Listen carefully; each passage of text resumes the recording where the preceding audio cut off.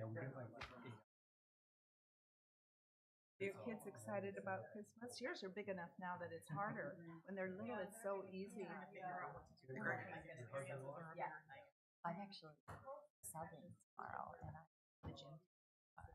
this is Melody. Was this? We got that Melody. I don't know what kind of In the background, but whatever Halliburton. You want the 199 authentic one, or do you want the 76? and then when I had my youngest, I stopped. I was top 10 grade. Yeah, I know. I just got to the time where I'm even. So much So I just started subbing. February.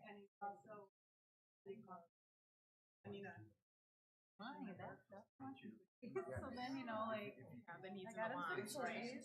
I sent an email out to the staff. I'm good on that. I love all your sons. Well, I think you. Was tonight cool? Were you home tonight? It looked very pink, purple, whatever color you want to call it. Yeah. How long have you lived there? Oh, really? That's yeah.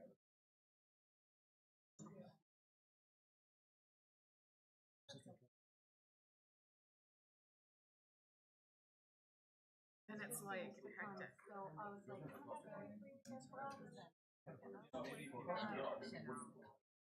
You need a save ours or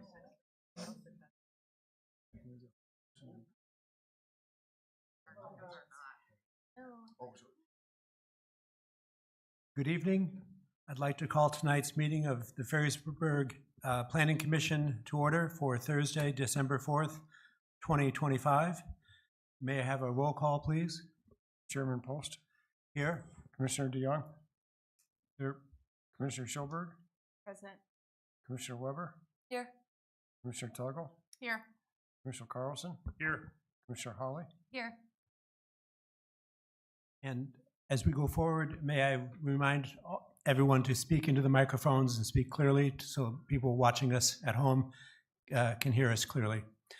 May I have a motion to approve tonight's agenda? I move to approve the agenda as presented. Support. All in favor? Aye. Aye. And secondly, can we have a motion to approve the minutes of our November 18th meeting as printed? So moved. Support. All in favor? Aye. Aye. Thank you. Next on our agenda is the time for public comments. Do we have anyone here who would like to make public comments? Okay. Next, we're moving to our special presentation by Joel Lautenbach from Samaritas, Executive Director for Affordable Living. Joel, are you ready to present to us?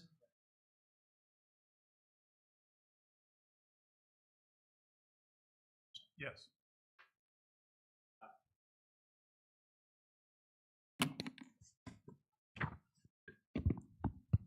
Thank you for having me this evening. Joel Lautenbach with Samaritas. I have two handouts for the commission that I will pass around, and maybe we can start here at the end. Connor, if you could send those down. There's just one-sided documents.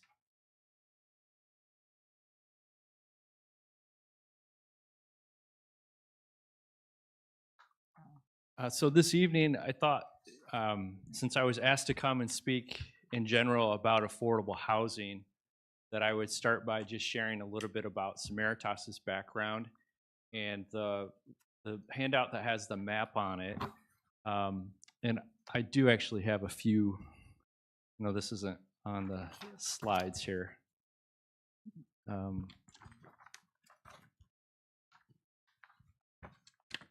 If the guests would like to see what we're talking about. Samaritas is a health and human services nonprofit here in the state of Michigan. We've been around for 91 years. We have 4 main areas of service, and housing is one of our 4 areas. And so most of what we do is we develop, we own, and we manage affordable housing that is considered subsidized or affordable.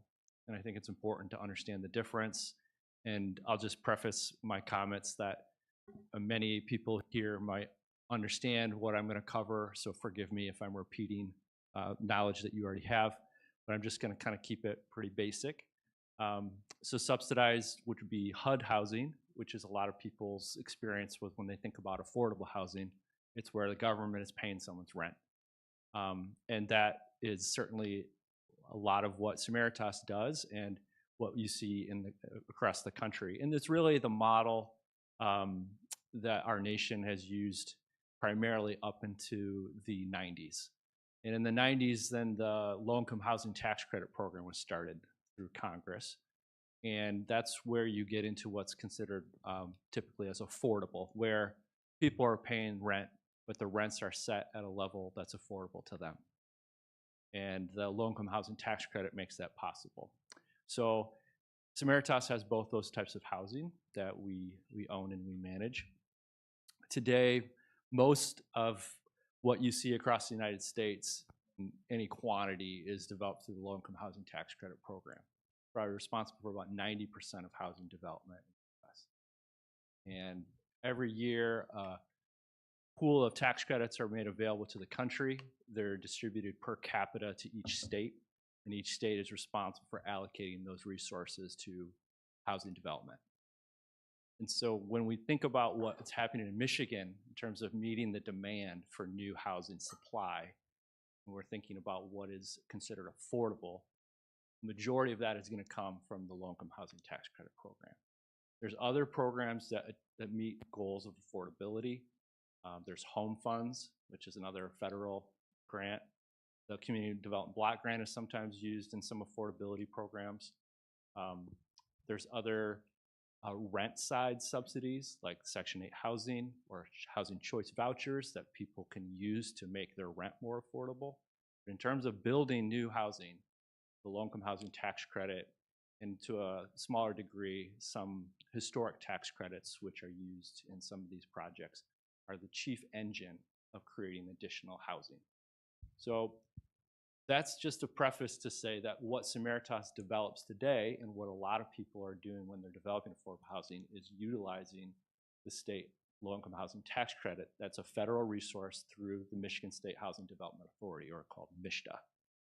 We call the low-income housing tax credit LIHTC. That's the acronym that people throw around. And so I thought I would just kind of go over some of these basic ideas tonight, because as a community, you might say we have goals for affordability. We know that people have a rent overburden, or they're not able to keep up with the rising costs. We think about the cost of new construction, and everything that's coming on the market is quite expensive. And that's just because it costs a lot to build a house. Starter homes are now, what, $260,000, $300,000 for your entry-level home? And how much money do you need to make as a household in order to afford a mortgage on that type of home? Probably around the range of $120,000 a year of household income. So people are in a pickle. And so many communities everywhere in the country, and certainly here in Michigan and in West Michigan, are asking what can we do to make things more affordable for people, to attract people to our community, but have housing they can afford, give them a place to live where they don't have to drive so far to work a good job. These are issues that people struggle with. And as a planning commission, you might say, what could we do to be a part of that solution? Well, because it's such a limited resource and it's such a powerful tool to subsidize the cost of housing, so then you can pass on affordable rents to the person who's renting there, it kind of lends itself to many people trying to chase the same kinds of projects. And so what projects get rewarded at the state level? They happen to be quite dense, about 45 to 50 units in size. They're efficient, they're green, because the state's allocation plan for these tax credits starts to prioritize things the state wants to see in housing. And so you look at all of those applicants that come in twice a year to MISHDA, and they're looking very similar because that's the kind of project that gets the highest score in their application, and that's the kind of projects that get funded. So people spend maybe 6 months, $70,000, $80,000 developing an application to be considered for funding. You don't want to go through all that time and expense and then have nothing to show for it. So if this is something that Ferrisburg is interested in and you're serious about trying to find a developer that has experience in the low-income housing tax credit that could create housing in your community or partner with organizations or institutions in your community to create housing, you're going to have to be comfortable with this kind of housing size, density, height, potentially. And in preparation for this evening, I didn't go through the code, the zoning ordinance, and I don't know what's possible here. Forgive me. I should have done a little more homework.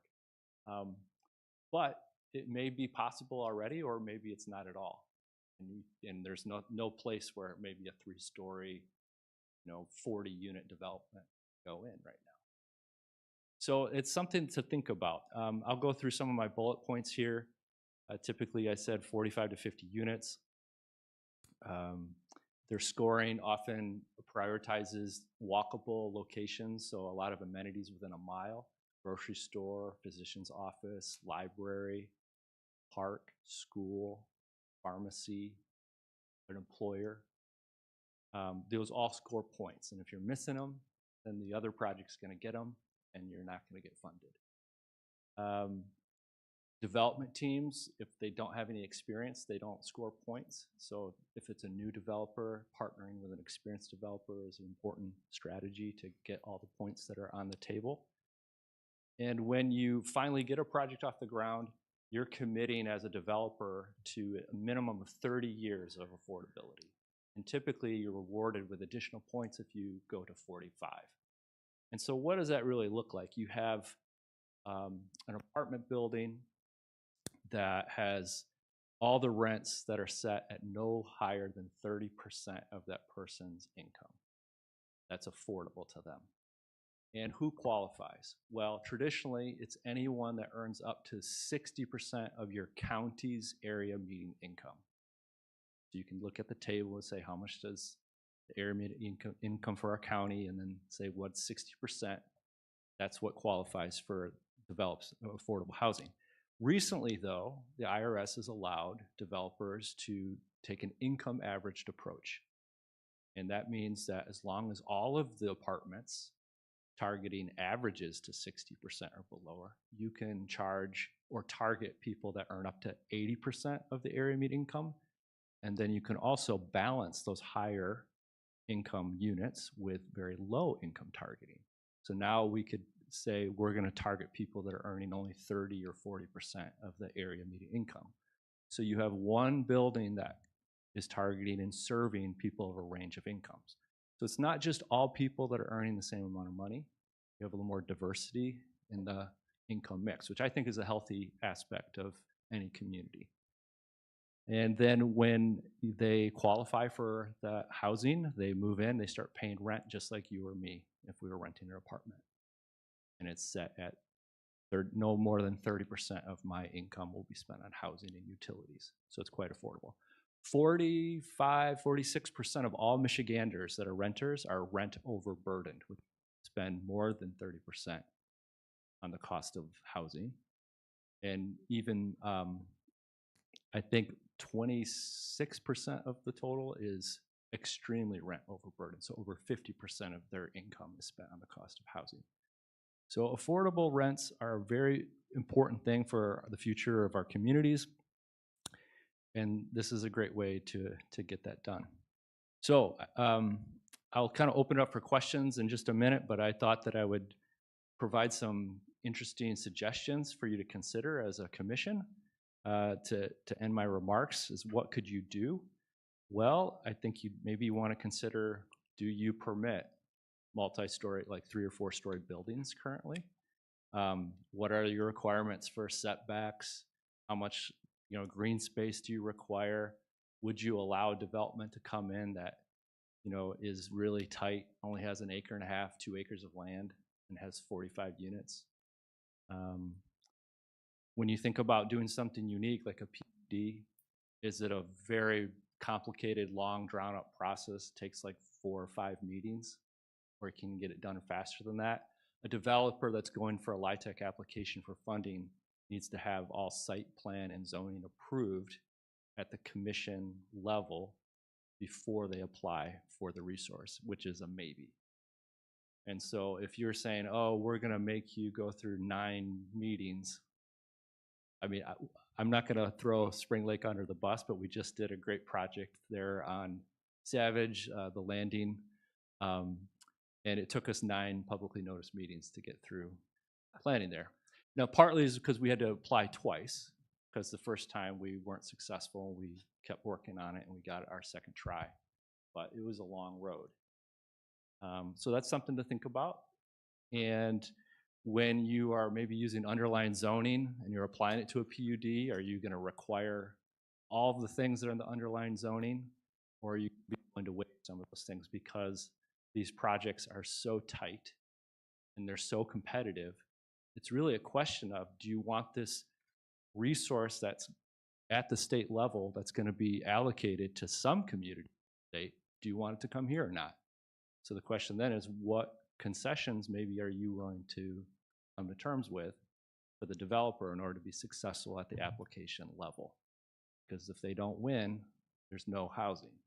They can't just like change the rents. The rent side is kind of set by the state and HUD. And so they're really looking at the cost side. And once you get them out of the efficiency zone, it's not going to come here. You will want to make a project successful with a pilot. And so I know that's not a planning commission consideration, but it's something for you to be aware of. All the applicants for LIHTC look to get payment in lieu of taxes passed as a local ordinance for the project. They need that before they apply. So it doesn't have to, do anything if they're not successful, but they will need that in hand. And then there's also a change in Michigan's allocation plan every 2 years. So every 2 years, some new combination of points and prioritization happens at the state level, and all the developers start focusing on trying to get those points.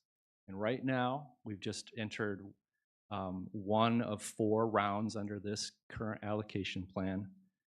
They are prioritizing projects that have used local government in an RFP process, and that the developers responded to an RFP, and that they will give them up to 5 points, which is a huge difference compared to one application to the next, because these projects are, it's a 1 point difference, and you get funded, you don't.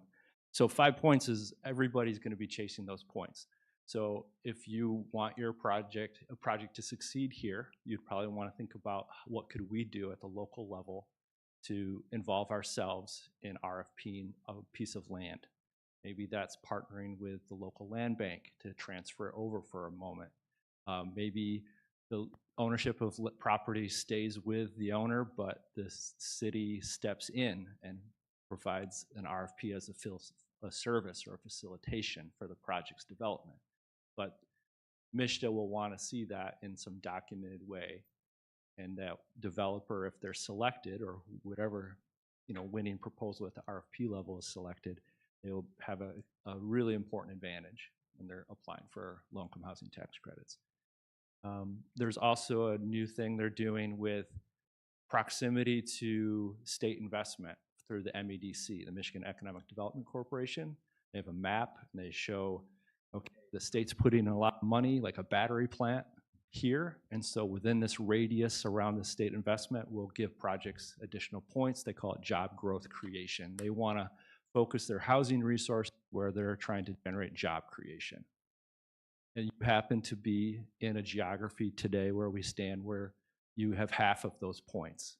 They selected some project in Zeeland, and so if you're within a certain radius, it's 4 points. If you're in the next, I think it's 14 miles, then you get 2 points. And outside of that, 0 points. So developers are all very interested in these points. Sometimes Ferrisburg it could be a very high scoring location for LIHTC.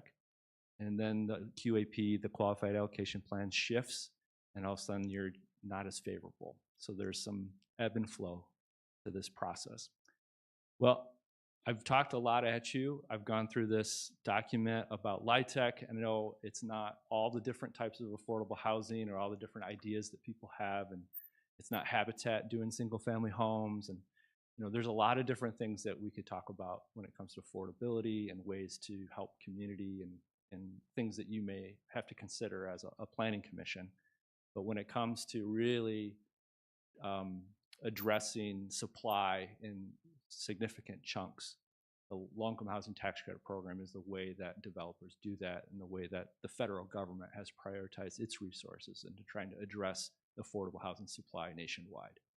So it's something that's important to be aware of.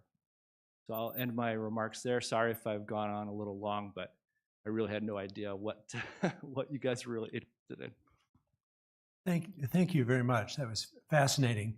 I would like to turn it to the commissioners to see if they have questions for you at this time, but that was a wonderful presentation, Joel. Thank you. Thank you.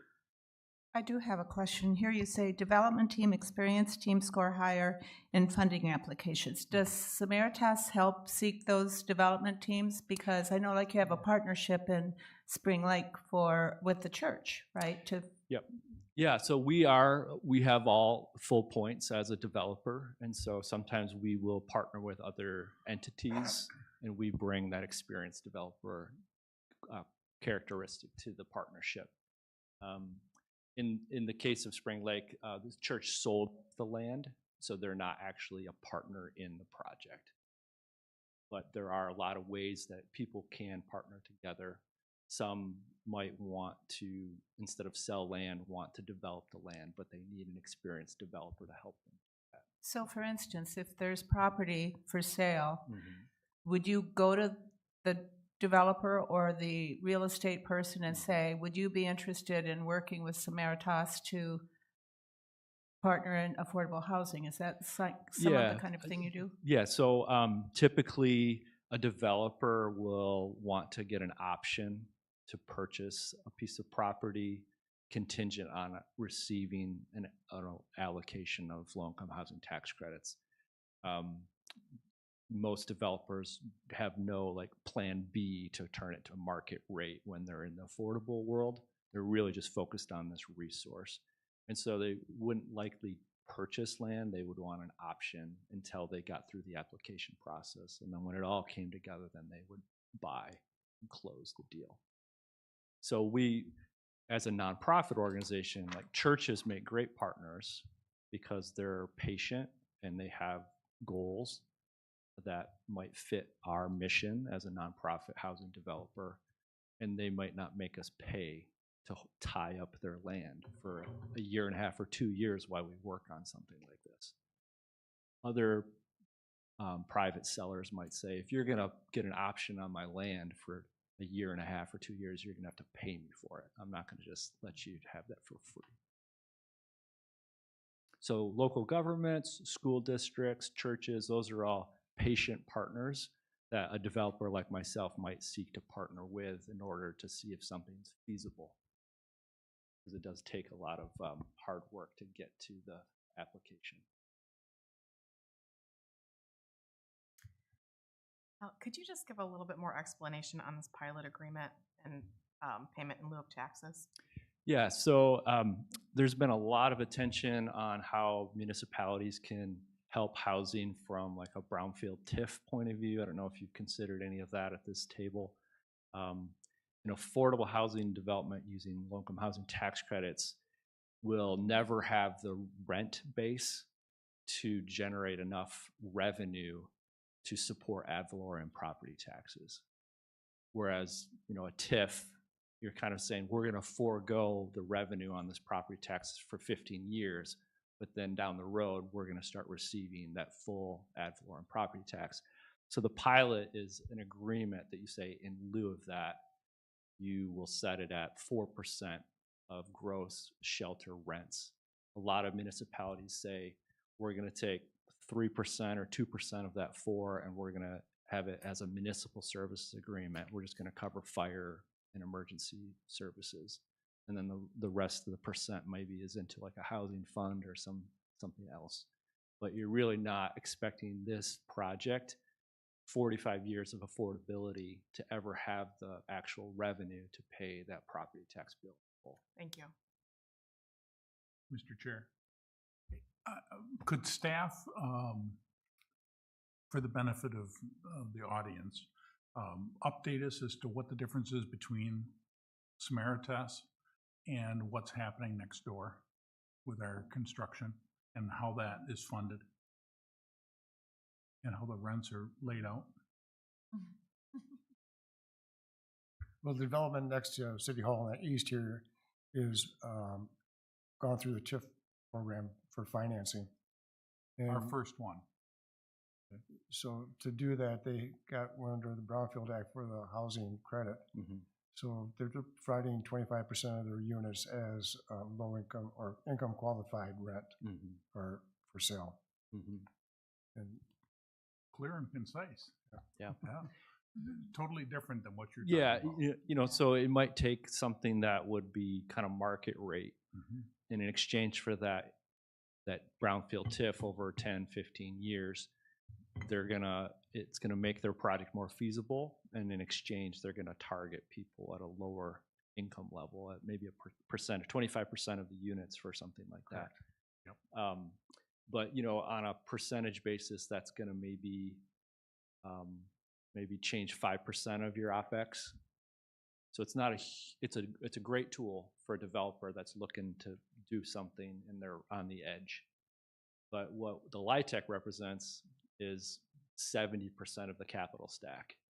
But in exchange for all of that capital, the rents can be, you know, 30% AMI rents. What is that, like $350 a month for a 1-bedroom? And I don't know what your average is local, but $1,200 a month, $1,300 a month for a 1-bedroom. these units will be for sale. They won't Okay. be rentals. Great. Both are I needed. did have a couple other questions. This is all being driven by our master plan, which we just finished up essentially a year ago. And housing was identified as, affordable housing was being identified by the citizens as being something that they really were desiring, correct? And so this might not be a good fit for Ferrisburg, but it's important for us to realize all the tools that are out there available to us through government, through grants and programs like this. Is a great thing. You talked about renters in Michigan. The percentage of renters that are paying at a rate, and then some that were heavily burdened. Yeah. What were those 2 percentages? The research that I got, which was 2024 state housing study, was that 46% of all renters in Michigan are rent overburden. Overburden? Okay. Overburden, which means they're spending more than 30% of their income on the cost of housing. And I think it's 26% of the total are extremely overburdened, which would be where they're spending over 50% of their income on the cost of housing. Okay.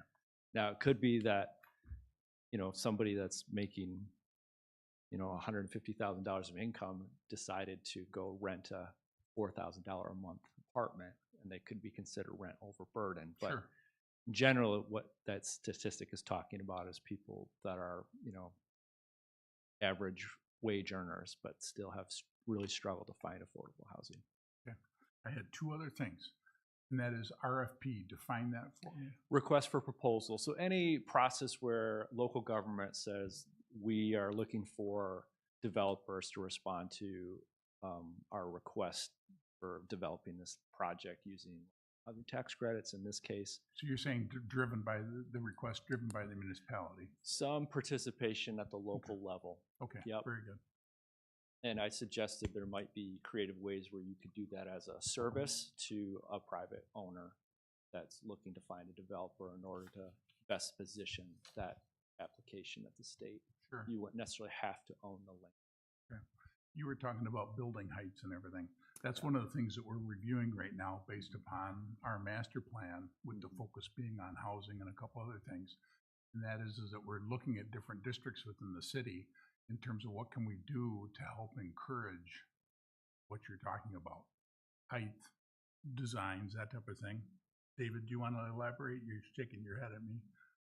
Yep. And it's interesting. It's probably a good thing you didn't look at our current ordinance, because you would probably turn around. So we're going through a process now to where we're going through the Michigan zoning reform toolkit, and we're assessing how 8 or 10 of those strategies can work in Ferrisburg. So we're looking at a lot of smaller incremental infill ADUs, missing middle housing, as well as multifamily housing within. We're actually opening up our general commercial, community commercial, and service districts for true multifamily type densities. So where we wouldn't really have a cap on density, but allowing that type of heavier type infill or redevelopment in downtown area in commercial districts.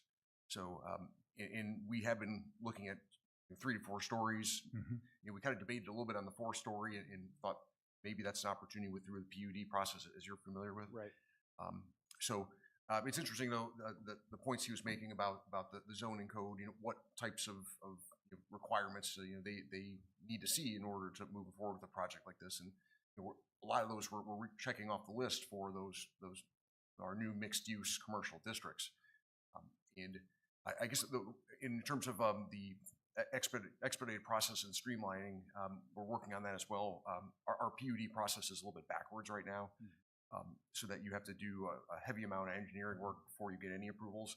So we're actually flipping that, so you can get concept level approval and your zoning in place before you put in the significant investment in final engineering and architecture.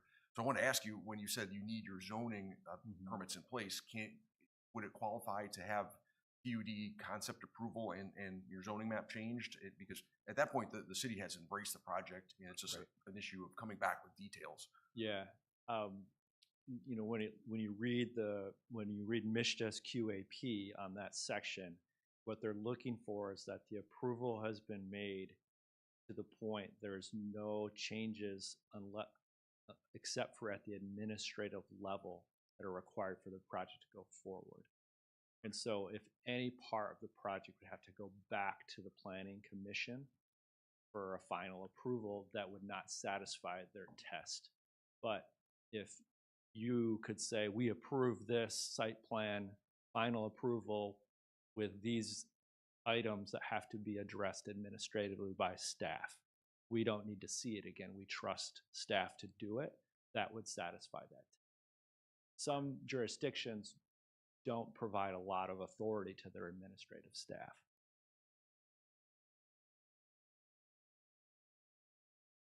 I just found the variability of the rent to be really interesting. So if rent is based on income, so the same 2-bedroom apartment could be different for the, Yeah. Okay. Is there like a range of what that, is it you're paying $100 more, or is it, is it significant? Yeah. Is there a cap on that? That's just very interesting. I've never heard of that before. Yeah, so I should have brought a table, but it's pretty cut and dry. So the state, HUD and MISHDA will publish by county a table of the income that qualifies at different AMI levels. So 100% of your county's income is this, 90, 80, 70. So if we say our building serves up to 80%, that's the cap on your income. And then it says this is the max rent that you charge for that unit. So it's rent controlled. And then, if I as a developer want to charge less than that, that's my prerogative. That's the maximum charge. And then that gets updated here. And so you're right. So you could do 51 bedrooms, and one of them is targeting a 30%. Then the one next door is an 80% my person, $1,000. And there's no issues. It just is what it is, and It the is what it is. tenants just. You can't mix, you have to have the same amount of those targeted rents in the building at all times. You can't just change your mix, because it has to average just in order to satisfy the IRS and HUD. Okay. And nobody knows what you make or what you're paying in rent. You don't have to share that. So I Yeah, just I wondered think- if that was, that's it. That's very interesting. I think the comfort is that every person is not paying more than 30% of their income Yeah. on the cost of housing. So I shouldn't be upset with you because, you know, it's kind of coming out of my pocket the same percentage, not maybe the same amount. Great. Thank you, Joel. You're welcome. Very, very informative and very timely presentation for us. So we're very glad you had time to come and present tonight. My pleasure. Mr. Chair, Craig, can you and Joel get together via email so that we can get arrangements made so we can take tours? I know Regina's been over there. I was tied up that day, but I talked to Joel before the meeting and would love to get an arrangement for a tour. It's the landing project that we opened this year in Spring Lake. I'd be happy to connect with you. I appreciate it. That would be great. Thank you, Joel. You're welcome. Okay, we're ready to move to item 7 on our agenda, a work session on cell towers.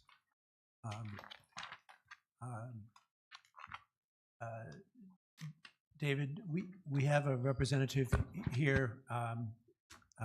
Amy, would you remind me your title, please?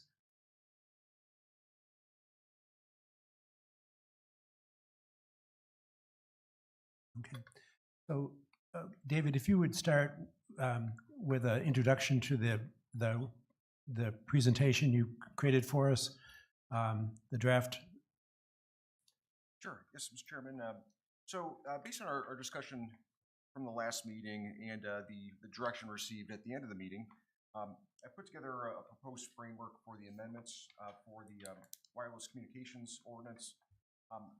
So a few housekeeping items before we get into the table itself of dimensions and heights, setbacks, and other issues. There are a few definitions, the applicability and permitting section in 3.140, and the requirements for amateur radio, satellite dishes, and other antennas. So the first 2 pages include those items, and that's mainly based on the FCC rules as well as the Michigan Zoning Enabling Act exemptions for small tower increases and co-location. So when you look at the clean tract document with just the red text that's been added, the first 2 pages are those items that relate not to Verizon's request, but the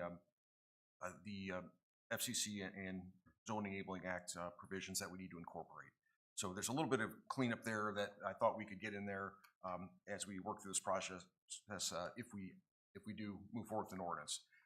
Really, then the bulk of this change is in the table titled Location Number, Dimensional Requirements for Commercial Wireless Communications Facilities. And there, I've cleaned up this table, so if you go to the truly tracked version, you see that table.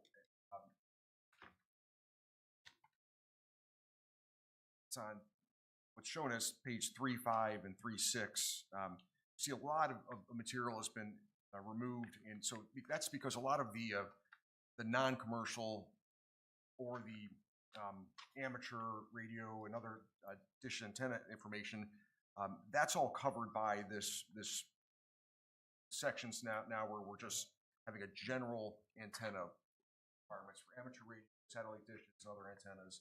And so we're really just taking that out of this table, and the table is really focusing only on commercial wireless communication facilities. So all general antennas are into the administrative review section for amateur radio, satellite dishes, and other antennas. And so that's purposeful. There's a purpose for that because it really need to have that covered by the exemptions that are required through FCC and MZEA, which is the Zoning Enabling Act. So the table itself is clean, simple, and only focuses on the commercial wireless. The main columns here are what zoning district, the applicable zoning district, the maximum number of towers permitted, maximum height, minimum setback, minimum separation, and then other applicable requirements. So as you work through the table, starting from the top, you have our residential zoning districts, and the maximum permitted number is 2 between all 4 of these districts. Maximum height, 75 feet. Setback is 100% of tower height. And it must be accessory to an existing non-residential principal building or on city-owned property. So that means something like a church or a school or city building, that's where you could have a tower, a commercial tower of this nature up to 75 feet, but only 2 within all the residential districts. Then we move down to service, general commercial, core commercial, and light industrial 3.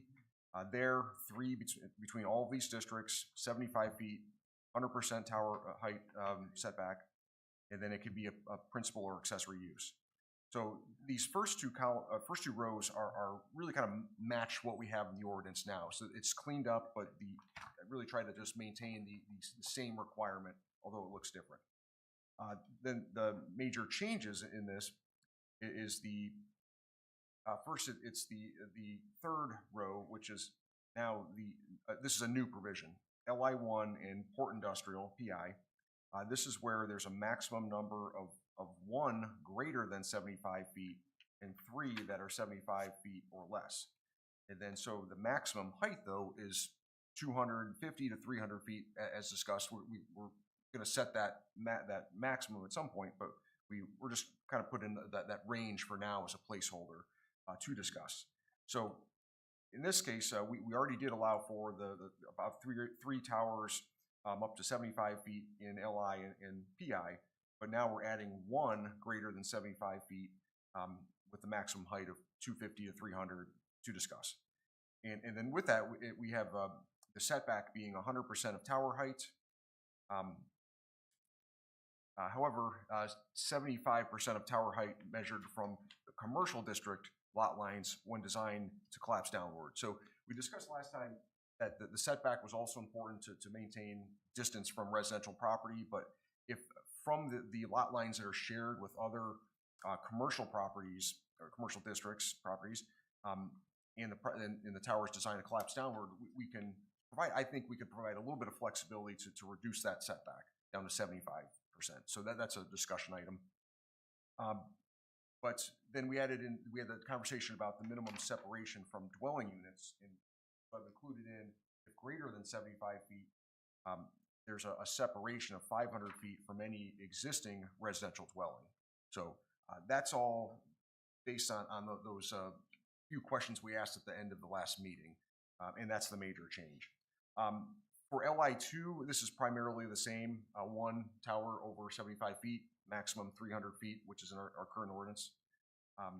Added in the 100% tower height setback, same provision for 75% setback if it's, again, when it's a budding non-residential property, and then have the same 500-foot separation from existing dwellings nearby. So all of this was really just to incorporate your direction from last time. I know one of the questions we had was we still want data that proves that anything that we need something 250 feet or greater, and we wanted to be able to base this on more technical engineering data to ensure this is something that we truly need, because I mean there will be an impact visually. There will be concern from nearby property owners and residents but that's balanced with the need for reliable service. So we're dealing with 2 competing perspectives, and we need to base this on the best data that we can. So.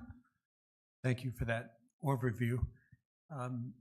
David, if I have heard you right, the only thing we really need to clear up tonight is LI1, Port Industrial, 250 to 300 discuss.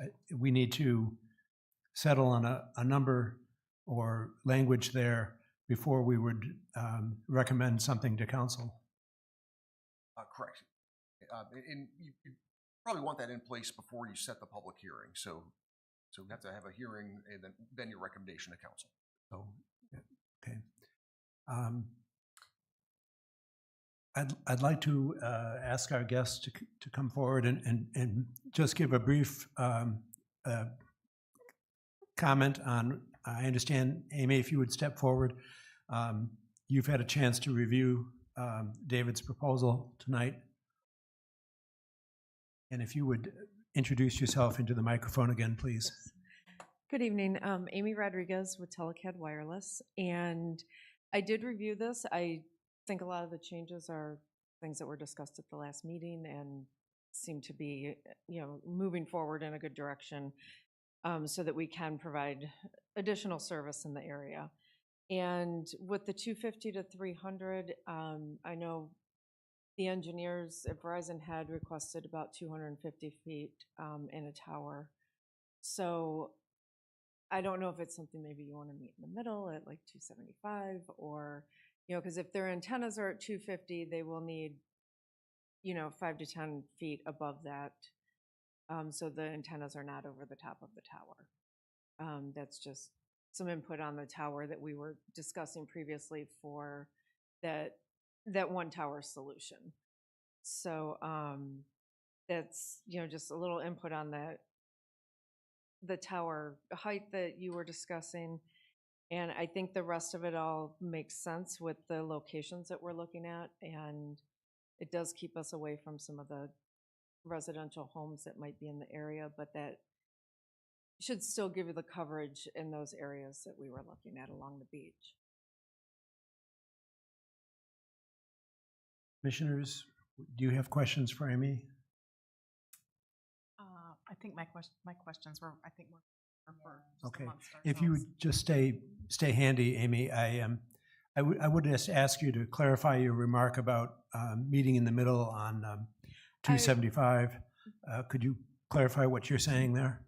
It's just that if we're not sure 250 is enough, but you don't want to quite go at 300, maybe you just 275 would get what Verizon was looking for, if that accommodates what the Planning Commission is willing to work with. So that's why I was saying maybe we just, 275 would accommodate what Verizon needed, with not having antennas over the top of the tower and lightning rods and things like that. It would encompass everything they were looking for. Thank you.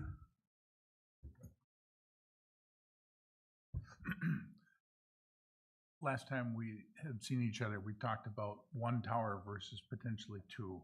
Is two tower just not a viable solution economically or technically?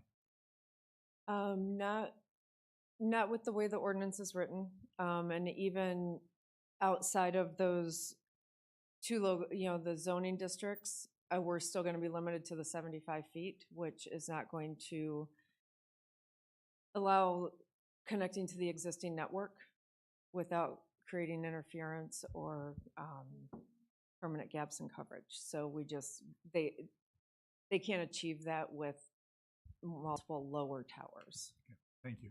You're welcome. I have a couple comments. Amy, just have a seat for a moment. I think we're going to go back to some questions for David.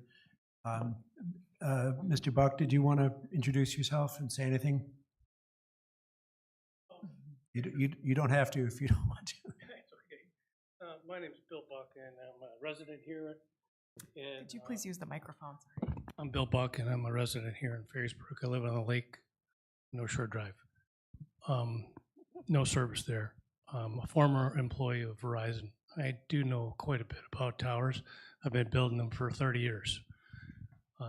I'm just recently retired, so Verizon would like 250 to accommodate the Lakeshore, the North Park Beach area, and the rest of Ferrysburg that is lacking service.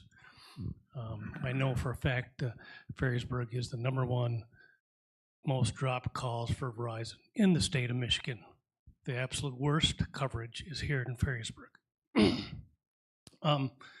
The other thing I know is the 250-foot center line for their antennas would accommodate better service for everyone. Also, the height, if you want, I guess, more availability and accessibility for other carriers, would be a taller tower. So other carriers could use higher rad centers as well. You put a tower here in Ferrisburg, it's not going to be just for Verizon. AT&T will get on it, T-Mobile will get on it, Dish Network will get on it, God knows who else will get on it. So the bigger, the better, the more it will accommodate. Also, a tower that height may or may not pass FAA. I know we got a couple airports around here, so that's going to be something to look at too. This tower will have a light on it. It'll have a beacon. So that's another reason it needs to be a little higher. The antennas have to be below that beacon, so they're not nesting and airplanes can see it. So if you have any questions, that's all I had. Thank you, Bill. Okay.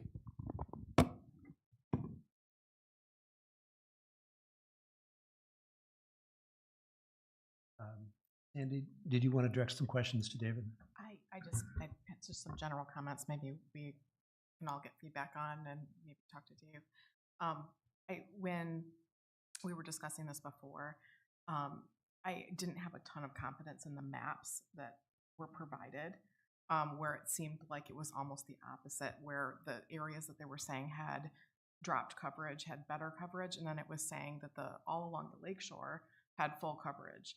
So I guess my biggest takeaway from this is if it is something, I was looking in some of this language of the requirements of the application, and maybe I feel like we need to require something that would show,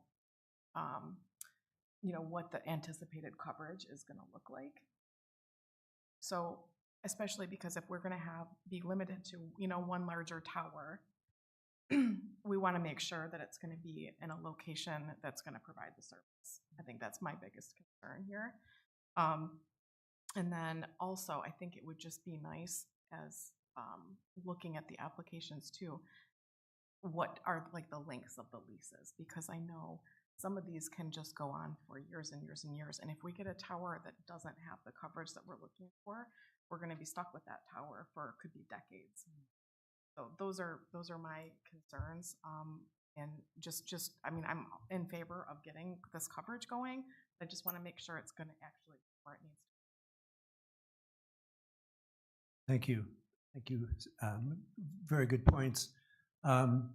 Bill or Amy, it's been questioned. You've stated very clearly, Bill, that this was the worst signal service area in the state of Michigan.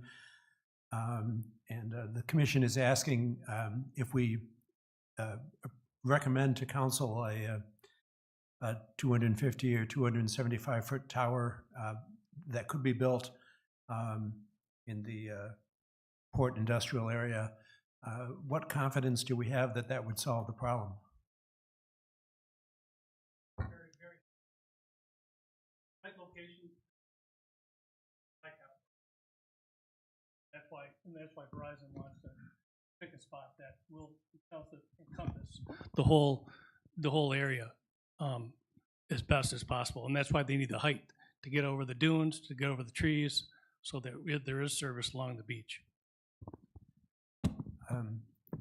I want to believe you. I guess I'll just say if there's something that you or Amy could help show at the public hearing to provide a little extra confidence there that. Yeah, I'm sure that the SP System Performance Engineers can provide maps that will show adequate service and the gaps that need to be filled. I've seen them myself. So we're not experts in this, and I know you are, but I think it's a reasonable question. Sure. We don't want to go through all this. And neither does Verizon or anybody else want to build a tower and not have the coverage they want. They want one that's gonna do the biggest bang for the buck and cover the most people in the area. And I'm sure that we can, they can provide that. Amy we'll get with, I know the engineers personally, and we'll get you some maps. Sell me on 300 feet rather than 275. Well, Why? What's the, yeah. Go ahead. No. well, what's another 25 feet? Can you tell a 250 feet or a 300-foot tower? No. Neither can I. Okay, I've been building for 30 years. So you'd recommend 300? Well, why not? It doesn't say they're gonna build a 300. Mm-hmm. Maybe they only build a 275, but they can go to 300. So if I understand the conversation here, you're saying it might be advantageous for us to not stop at 275, but allow up to 300 and Correct. So and maybe see what the proposal. maybe Verizon puts their antennas at 275. They build a 285-foot tower. They get a little bit better coverage at a little higher height, and then you've got a 10-foot separation between carriers, so that say AT&T comes in and they're at 265, 255 for T-Mobile. I mean, then they get some pretty good coverage areas too. So if you stop at 250, Verizon's at 245, next carrier's at 235, the next carrier's at 225. The lower you go, their coverage is not going to be good. And I'm sure that everybody would like their phones to work. Doesn't matter what carrier you have. Thank Yeah. you. This is why you're here tonight. Yeah. Thank you. I'm in support of this project, but I'm struggling to get behind just like adding feet just to add feet. Because next it'll be, let's just make it 400. Why not? Like, it'll be better. I don't know. I'm struggling with just adding extra height just to add it. When we look at our current ordinance, it's 75 feet, and I understand that's low, and I am totally in support of upping that. But to go to such drastic measures, I don't know. I'm like, it ties to what Sandy, sorry, I'm getting a little heated here, but it ties to what Sandy says about needing evidence that it's actually going to work. And I know you guys are doing your best, and I totally believe everything you're saying, but if the maps don't align, then I personally have a hard time supporting it. I want you to have the service. I want Gary to have the service. I get it. I'm never going to drive by it, but yeah, I'm just struggling with it a little bit personally. Well, like I say, you won't be able to tell a 250 to a 300-foot tower when you're sitting there a mile away. Can't tell. 275 would meet your requirements though, correct? Absolutely. We'll meet Verizon's. Sir Chair, can I ask one other question? Of course. I think I asked this before, but I don't think we actually got an answer, is do we have an anticipated location that is being targeted that has a property owner that's willing to lease the property?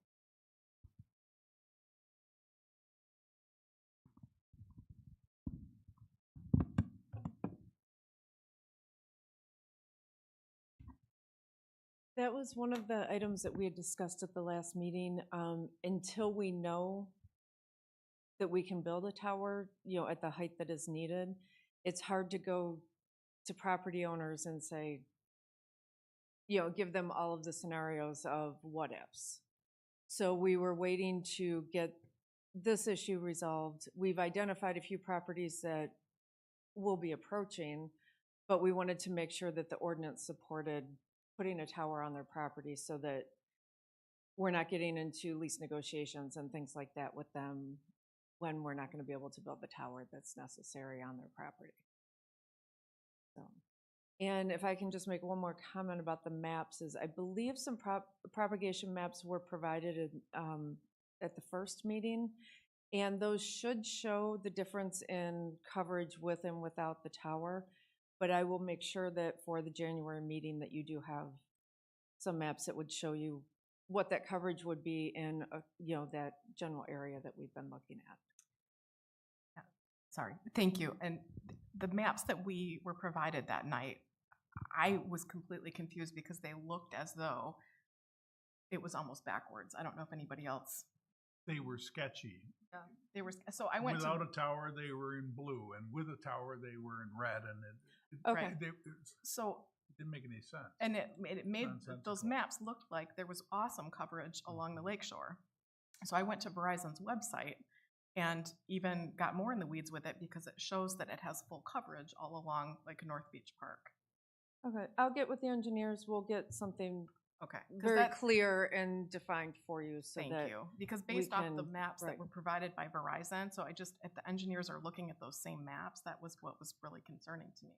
They're thinking Okay. this is gonna be great based on those maps. That was my concern. Okay, I'll get something, I'll make sure to have that for you. Thank you.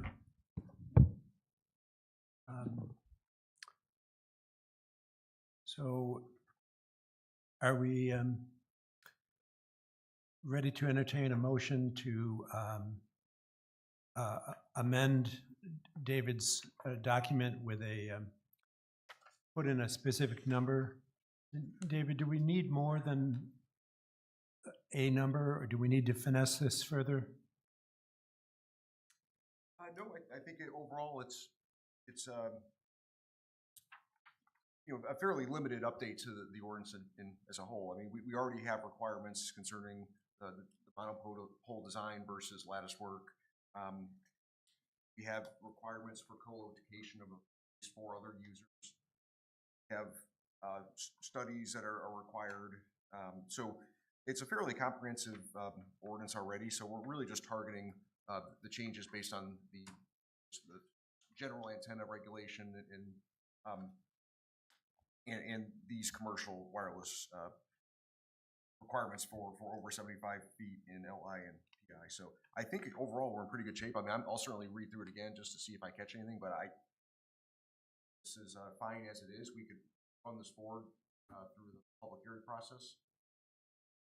I suggest you have a number in place for when we advertise this.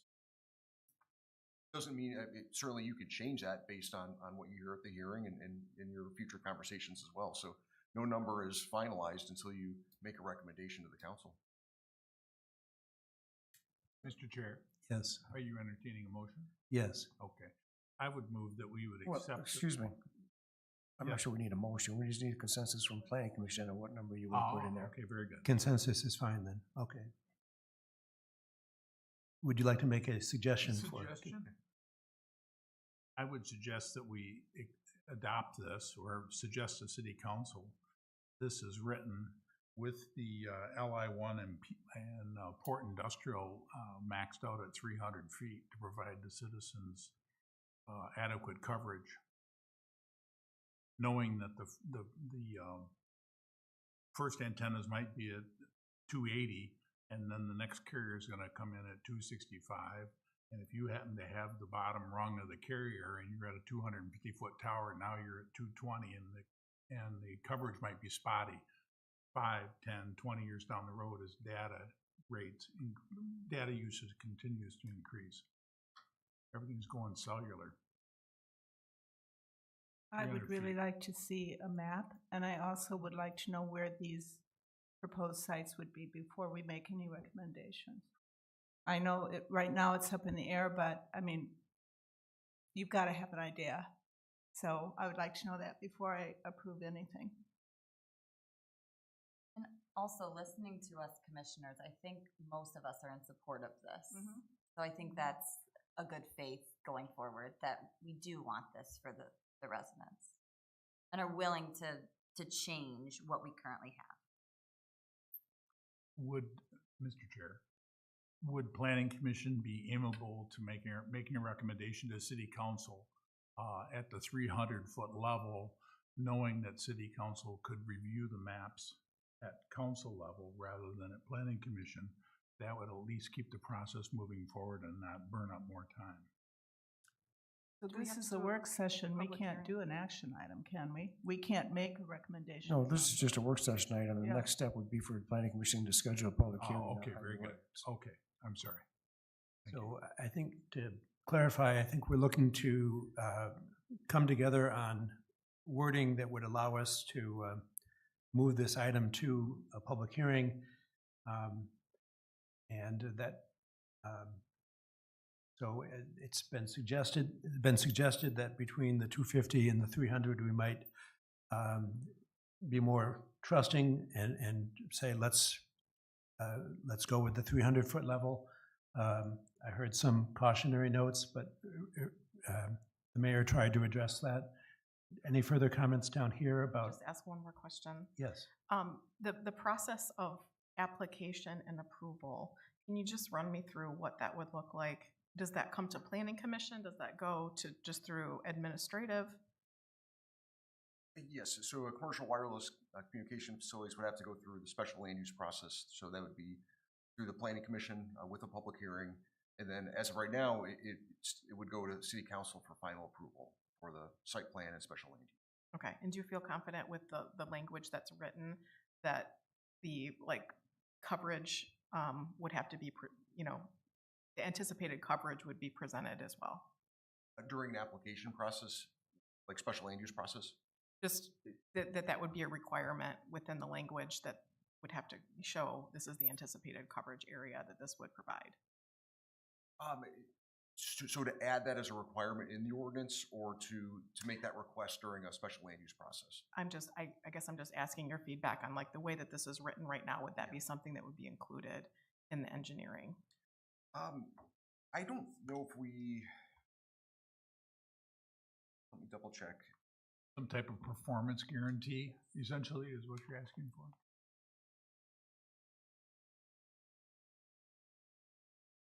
While David's looking that up, certainly the maps are really sketchy, beyond what was presented to us here. You go to the websites, all those commercial cell carriers say they got fantastic coverage everywhere.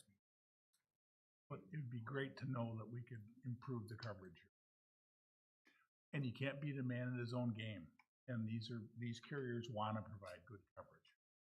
So.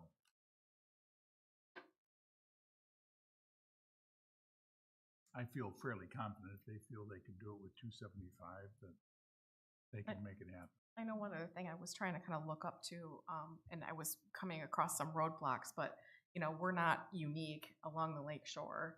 How does Saugatuck, where are their towers placed to get over the dune area, and North Muskegon, and all along the lake shore, what's working in these other areas would be helpful. And the towers that I was coming across, some of them just said that they were either built, or it was just really hard to know what. So that would be something that would be really helpful to be able to say, okay, this has a 300-foot tower, a mile away from the beach and it's similar dune elevation, Heights and of it nearby works. towers. So that would be so helpful. I feel like we did ask some of those questions and they just weren't fully answered.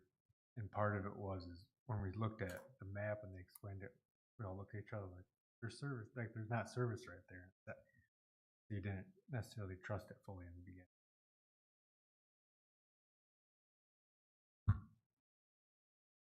David, were you still working on a response to Sandy's question? Yeah, it's not a specific requirement that information is provided, but as a special land use, you ask that during the process. But we can add a paragraph or submittal checklist that you want during the review process. I'm sure we can find some template language from other communities that include that requirement. It's like we did an inventory of other communities within the county and nearby, so I'm just trying to see if I can find something quickly, but I don't think that would be a. You can make the motion or consensus to set the hearing contingent upon adding that in as a submittal requirement. Then I can wordsmith that language and have it in the hearing draft. So we're close enough that asking you to work on a tweak to this, what you've given us tonight, and we could set this for public hearing and understand that you might be adding some additional language to address the concern about seeing some sort of a performance guarantee or something in that direction. It could be something to the effect of the height of the tower shall be justified by associated service area mapping and performance. I mean, something of that nature where they have to justify the height and show, you know, the future potential service area based on the height that they're proposing. So I think these are things that they can provide, and I think that would typically would be provided anyway during a process. We just don't have a requirement for it. Craig, is this a good time to talk about a hearing date if we're having a public hearing and trying to keep this moving along? Yes. So the January 1st meeting has been canceled at night. The next meeting would be February.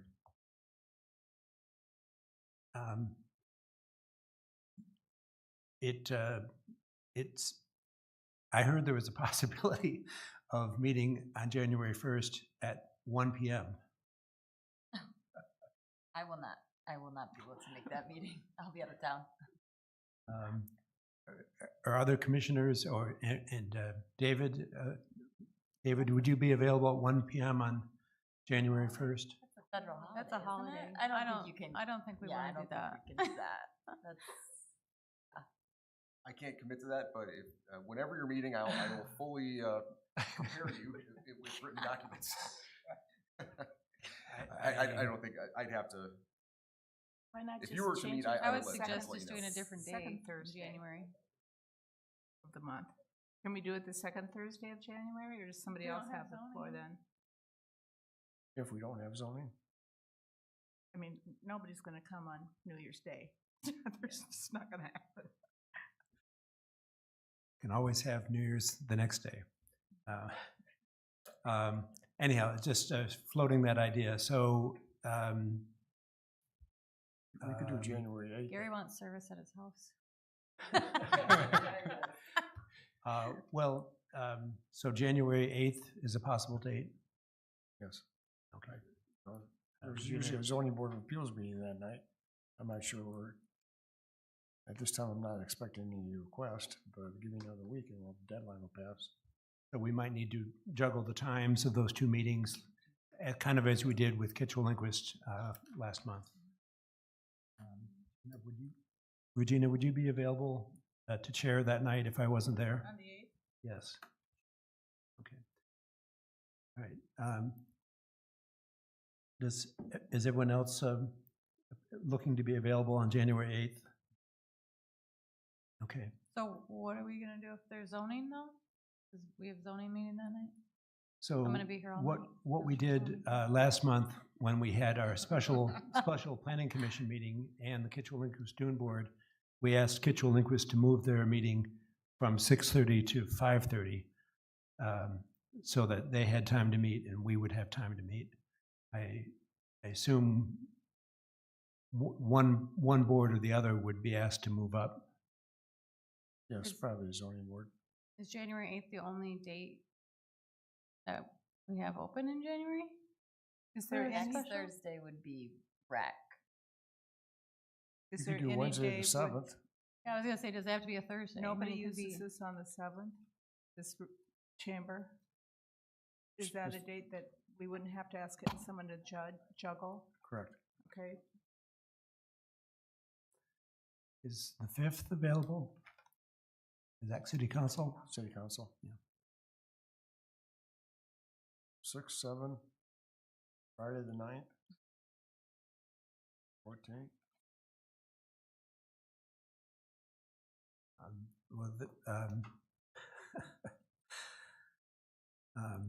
That they're all unavailable for me, so I'm looking to Regina as the vice chair to help us make a decision. can do that. And any of those dates are all right. Throw out one comment. Mhm. When we previously had a special meeting for a public hearing, I think there was some pushback from the residents because it wasn't on a typically advertised planning commission night. So I just think we need to keep that in mind. And if this is the only thing on the agenda, being the public hearing for this, we might want to just keep it on a regularly scheduled meeting. Bill, Amy, if this is heard on the first Thursday in February, does that throw a wrench into your work on this?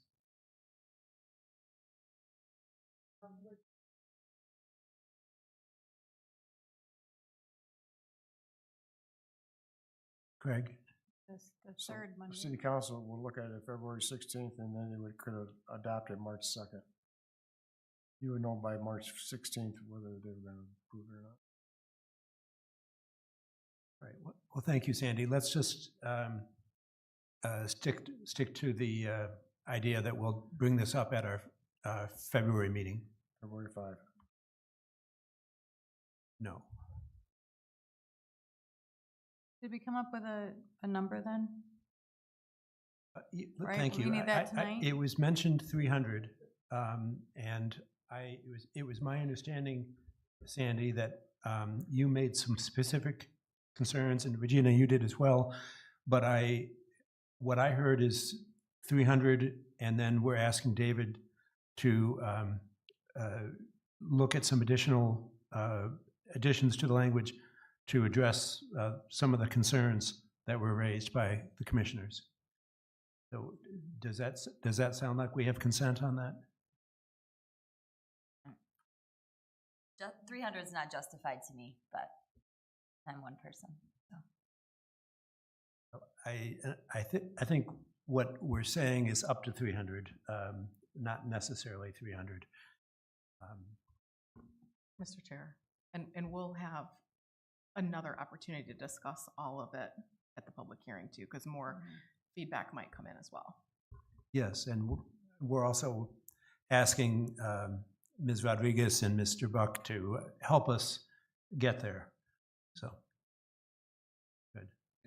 Mr. Chairman, just in the inventory of regulations in the county and nearby jurisdictions, there were 3 communities, Zealand Township, Allendale, Coopersville, all had a maximum, but they had an exception that could be considered through the special land use process. So there'd also be a way that we could do it to where maybe it's 250 up to 300 based on these considerations or conditions. So I can take a look at some of the language from other communities to see if you were concerned that you want to be able to say, hey, you need to justify your height, but no more than 300.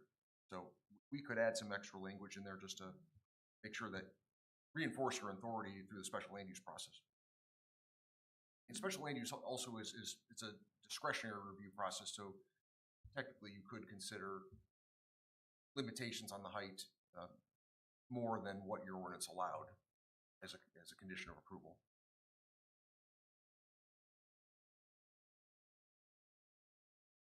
Craig, can I just ask you a question? So have you heard of, I know there's a lot of North Shore residents that are in support of this because they want the cell coverage. Have you heard of residents that are not in support of this because of the height? That No, I you've have heard not. yet? I know at the public hearing we will find out probably, but at this point, no? No, correct. Like the nearby? Okay. But we don't really have a location for the tower yet, so nobody knows where it's gonna go. We have a zoning map Yeah, that suggests section, yeah. that it would be located in that area, and we've heard the representatives Amy and Logan and Mr. Buck say that it would be somewhere out there. So, commissioners, do we have consensus, and we're moving this for public hearing at our regularly scheduled February meeting, and we're giving a request to David to look at some options that might address some of the concerns that were raised tonight. Okay, thank you very much. So we'll conclude the work session on cell towers and begin our work session on accessory dwelling units / personal and commercial storage suites. This is one for you, David. Yes.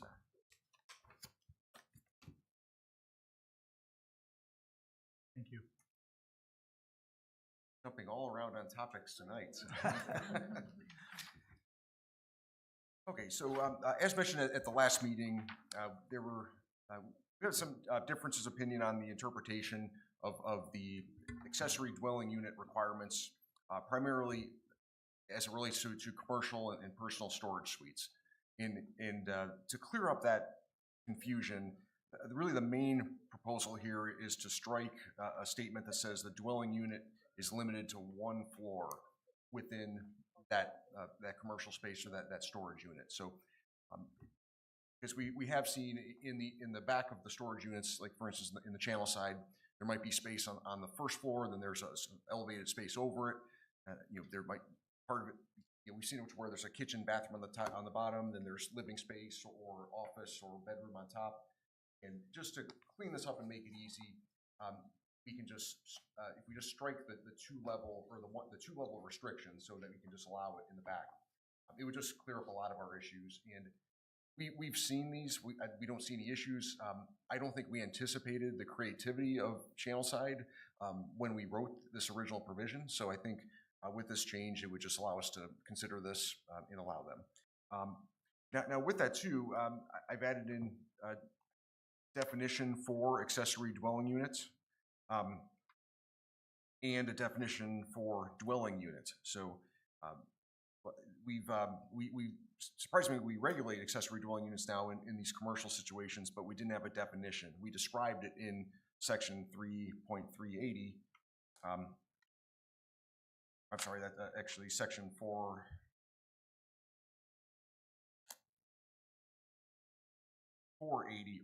that's where it currently is.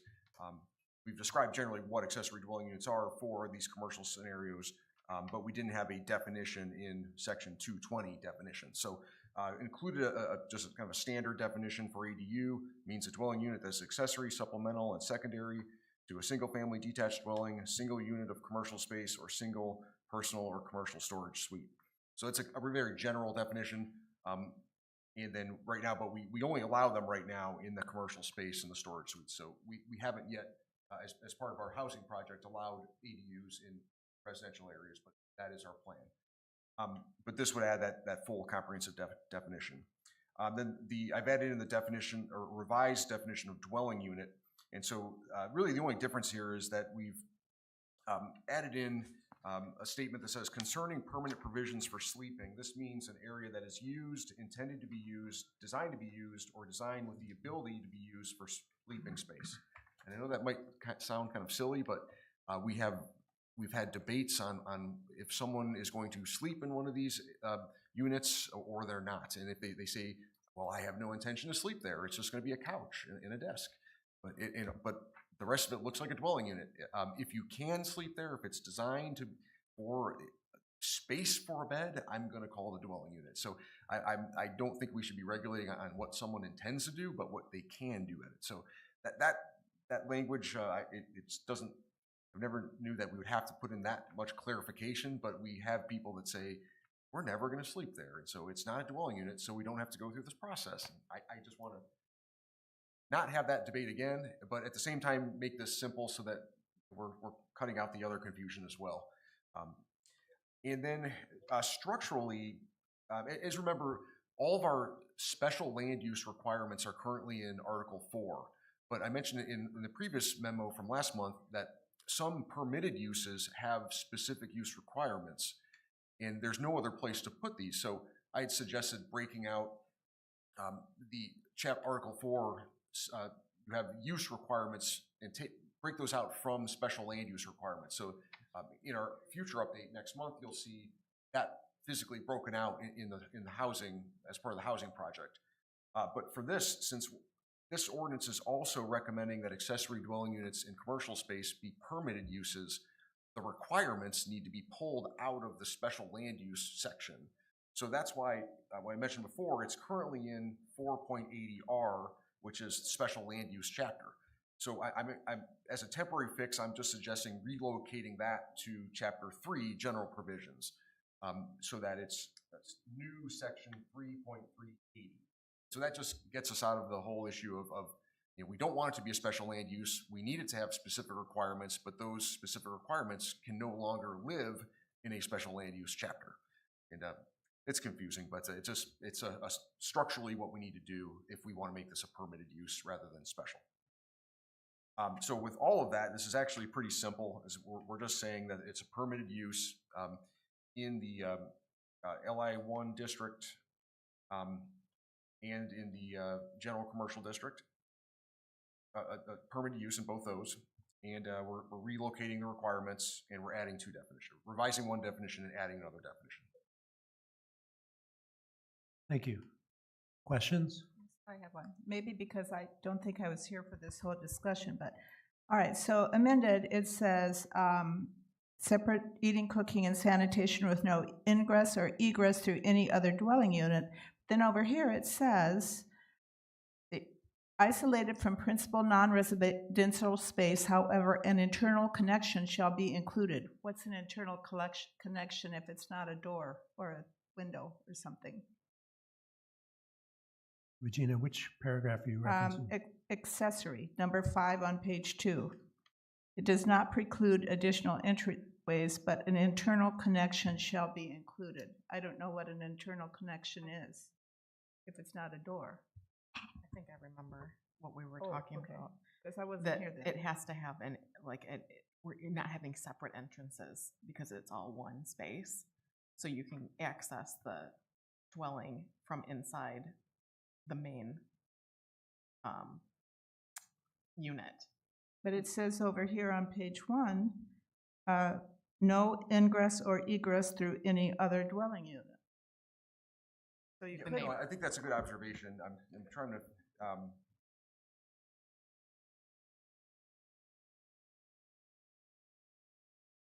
I mean, if you have an apartment in a garage, you're not gonna enter through the house, so.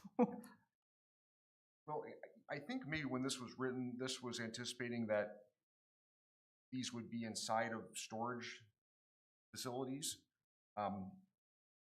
Honestly, I would probably just strike second part of that first sentence in paragraph 5. So it says, where it says, however, an internal connection shall be included. That's something I see that in ordinances a lot about internal connectivity, and I just don't think that's needed in this section. Okay. So I feel like that's a good observation that is inconsistent between the Yeah. current definition and the current language. So that's an issue in the current ordinance as well. I think that could be cleaned up by striking, Okay. however, an internal connection shall be included, because, I mean, it can be, but it doesn't have to be. I think that would make better, I think that would also clean this up a Right. bit more. As I said, I wasn't here. I thought maybe I missed No, something. I appreciate your fresh set of eyes and picking this apart a little bit, because I think that's something that would lead us to some confusion later on.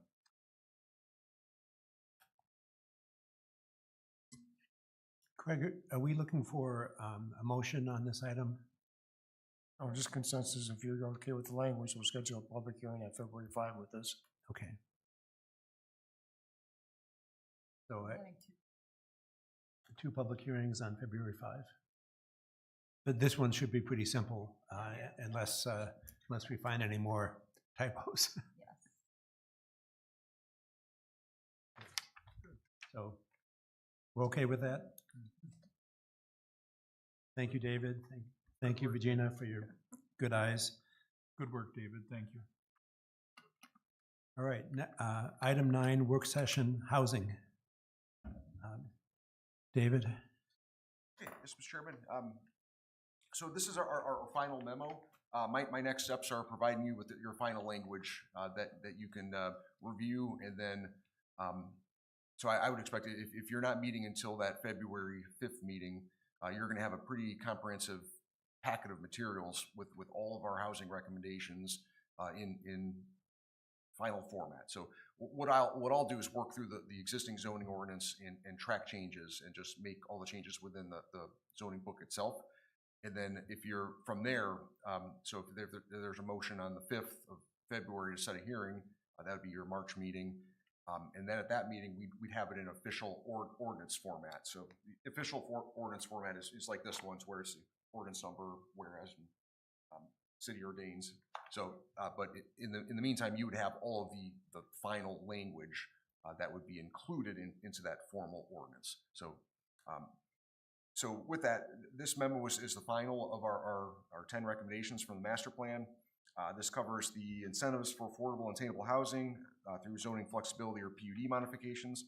So I think PUD modifications are really our main flexibility. streamlining review processes to shorten review timeframes. So we've made some suggestions for both the PUD as well as I mentioned a lot of the land uses, moving them from special to permitted, or just any new ones that we're adding in, have them permitted rather than special. So that would be one less meeting. So we heard tonight that the more meetings, the more difficult it is sometimes for something to receive funding. So one idea could be to make them permitted uses. So let's just say multifamily in commercial, make it a permitted use, and it would only have to go to the planning commission for site plan review, unless it was a PUD. If it was a special land use, it would go from planning commission to city council. So that's one option, to have it a permitted use. The other option is you could keep it as a special land use, but I said this later in the report, is we may want to float the idea past city council if they would be comfortable with delegating special land use review final approval to the planning commission. So it's I think in this day and age, it's not that common for special land use to be forwarded all the way up to the city council for the legislative body to approve a special land use. So a lot of times you have very minor type uses like an ADU, at channel site ADU that goes all the way to the city council, which is pretty, could be considered pretty excessive. So we could either rely less on the special land use process if the city council wants to retain that final authority, or we could ask the city council if they'd be open through this our recommendation to delegate final special land use approval to this planning commission, which is probably the much more common of an approach. So that's just something to consider in our processes and streamlining. And lastly, reassess other requirements for residential buildings, and that's where we're talking about the size of a house, the minimum core area of a house, the 20 by 20 foot core area, or 24 foot by 24 foot, as well as the garage requirement that we require all dwellings to have a garage. So this report walks through all of those. I think I covered all of them. And maybe I'll just quickly walk through the page by page, just to make sure I didn't miss anything. So the first one was concerning the planned unit development. So I really think we need to tie all of our qualifying conditions for residential and mixed-use planned unit developments to the housing goals of the master plan. So I've noted how we can update sections 810, 820, 830, 840, 850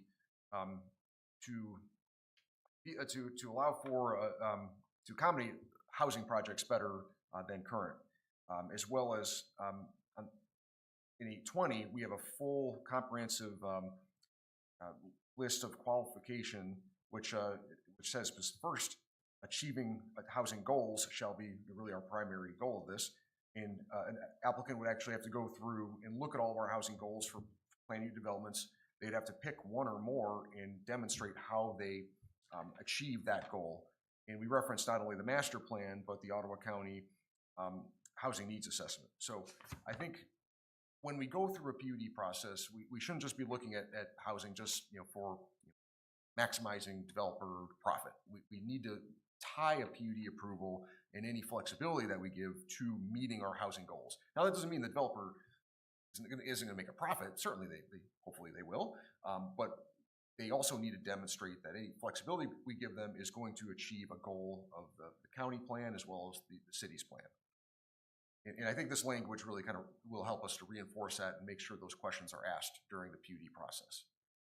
So that's kind of the goals and objectives of the PUD process, as well as there are some ways that we can, as I mentioned, we're going to flip the PUD process completely backwards so that Planning Commission reviews a preliminary plan, City Council reviews a preliminary plan and approves the zoning, and then at their leisure, then they can come in with their final engineering plans, knowing that they can put that investment into engineering and architecture with entitlements in place. And so that's the PUD process. That'll be fully rewritten. That's chapter 8. The next page here is special land use process. I already mentioned that. Relying less on special land use, more on permitted use. However, if there's not a comfort level in doing that, you can still have it special land use, but you may want to delegate the authority, request the city council delegate the authority to you for special land use site plan review. So that's kind of a policy question, and I think the city council would be interested to hear their position on that if they feel like the channel site ADU should that reach them, and so I think as the ADU ordinance goes to the city council, that may be the first time you have that conversation, unless we forward that to them earlier. And then lastly, as for the page 3 and 4, I include the dwelling requirements. So I include the chart there, and I ask the questions, should we, the housing, in aggressive housing reform ordinances, they're either just significantly reducing the area of a house, the minimum area, or they are eliminating altogether. So the options I laid out are do we want to eliminate minimum dwelling area for single family, two family, multifamily, or all of them? Or do we want to reduce that minimum dwelling area for single family, two family, or multi, or all of them?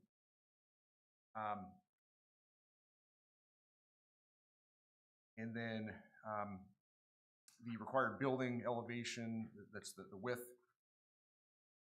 Currently we have a 24-foot width. You may want to consider something less than that, especially for, or even make an exception for row houses or townhouses. A lot of times you see those closer to 20 feet wide. So 24 feet is requiring a much larger, wider unit. Then I mentioned the garage requirement as well. So really the remaining question I had was primarily how far do we want to, if at all, how far do you want to drop the minimum dwelling area sizes, or if you want to eliminate them altogether?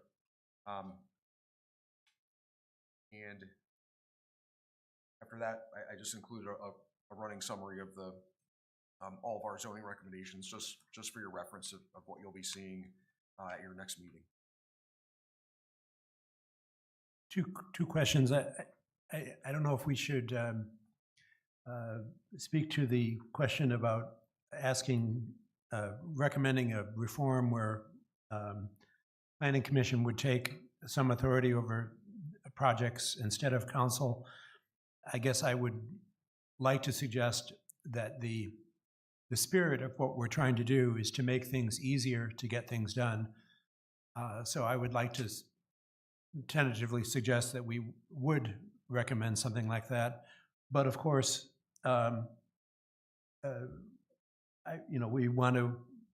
don't want to get ahead of ourselves. I'm concerned, Mr. Mayor, that I'm hoping that council is following what we're doing. If that's the kind of thing that we can recommend it, or we can back off it if council. Do you have any read on this? If we put it in there that council delegates the authority to Planning Commission, is that going too aggressive?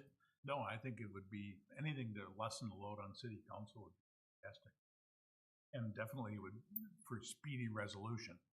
And most communities do it this way, don't they, David? For special land uses, yes. It's special land, Planning Commission. Yeah. It's less and less common now for it to go all the way to the legislative body. It just up to council, but yeah. And one thing too, if we can get 90% of this complete, and there's some things like the delegation of authority, we can always get the bulk of this approved and then come back. It doesn't even matter if the grant the grant term is over. I mean, you could come back and make a minor amendment to have that authority delegated. That's a quick amendment later on. So if there's certain things that maybe there's like a comfort level, if there's not a full comfort level from council, there might be certain things that we can adjust to their comfort level and then assess next couple months or years after this is approved to maybe delegate some more authority or adjust something downward a bit more. So even like when I say, should we reduce minimum dwelling area or eliminate altogether? Maybe the more conservative approach now is just to reduce it, then you see that maybe it's not as concerning as you thought, and then you eliminate it next year. So there's ways we can do this to where it doesn't have to be 100% as we contemplate now during this grant process. But if we get most of the work done now, I think that's good progress. Is there other questions or comments from the commission, specifically on the second question that David's raised about eliminating minimum dwelling area or reducing the number? So David, I'm kind of torn on this. I think what you're telling us is, you know, that it's a little bit more a push toward flexibility and smaller houses to simply eliminate a required minimum square size instead of picking a number, you know, 500 square feet instead of 960 square feet. Do you have any direction for us on this? I did some research. I pulled a number of different ordinances, and it's just across the board. And you know, a lot of times, you know, communities will adjust it. They may look at their, you know, historic type cottages, or they might look at a certain neighborhood, and they may say, you know, historically these houses are all around 850, 900 feet. Calibrate it to what was there historically, but you know, others are just, you know, we're eliminating it just to allow for full flexibility. And then others are, you know, it's just, there's a range of positions on this. And, but, you know, I think some are just they're being reduced or eliminated just for full flexibility. Others are being reduced to what the historic built environment looks like. So if there's smaller cottages, smaller houses, they code to make sure that those are conforming. So, I mean, our 960 is not as high as some other minimums that I've seen. You know, I see a lot of times 1,200 or even 1,500, which, you know, those are kind of, I mean, those are kind of artifacts at this point. Older ordinances that really haven't been assessed, or where the townships where there's not a lot going on. You know, one option could be that you just take a 20% off the board, you know, for all of them, just kind of drop it 20-25% just to allow for a little bit more flexibility without us having to do a bunch of extra analysis on this. But I will say I live in the overlay district, and there are houses that are still the original cottage, and I think down the road, if that house were to sell and a developer or a person were to build, they would really struggle with I think that diminishing the size I'd be in support of that. But I like your idea of just having a percentage, so it's not just some random number that you're throwing out there. David mentioned taking the existing numbers and perhaps reducing them by 20 to 25%. We're on page 4, I think, of David's memo.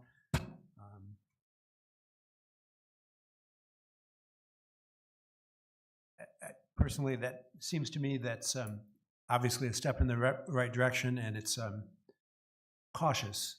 It's maybe more cautious than simply eliminating minimum square area definitions or requirements.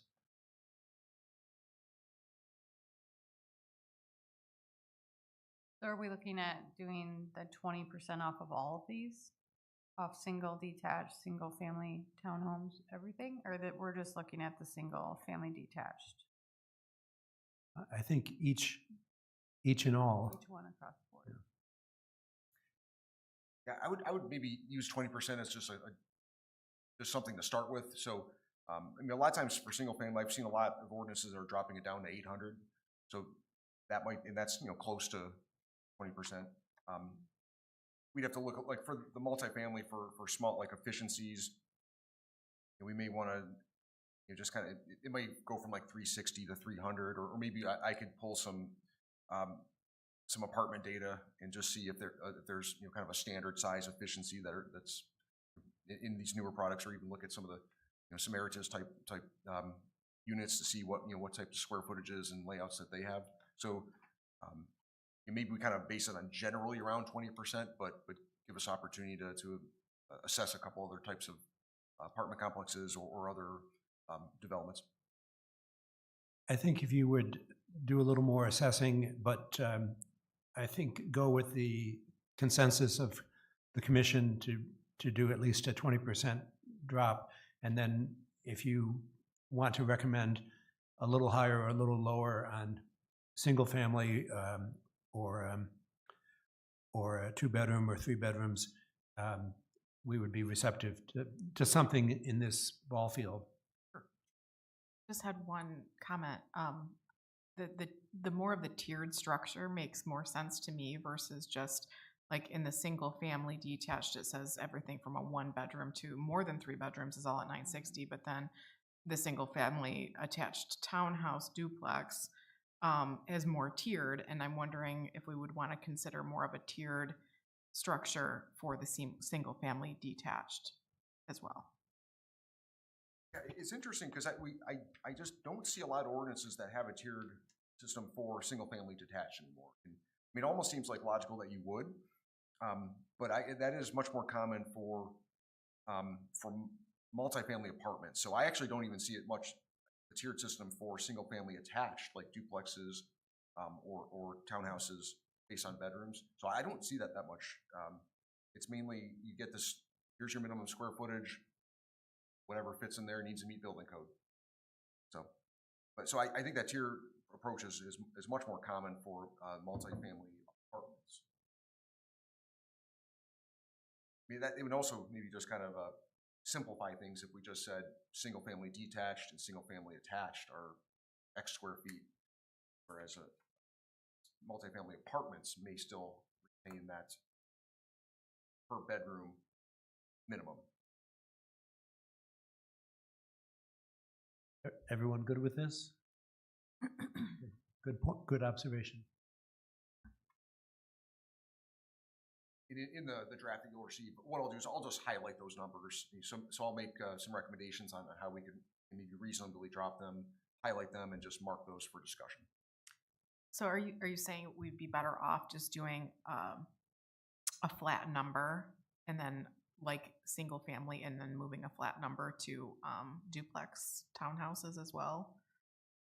Okay. Yep. I think it's fine either way as long as it's the same.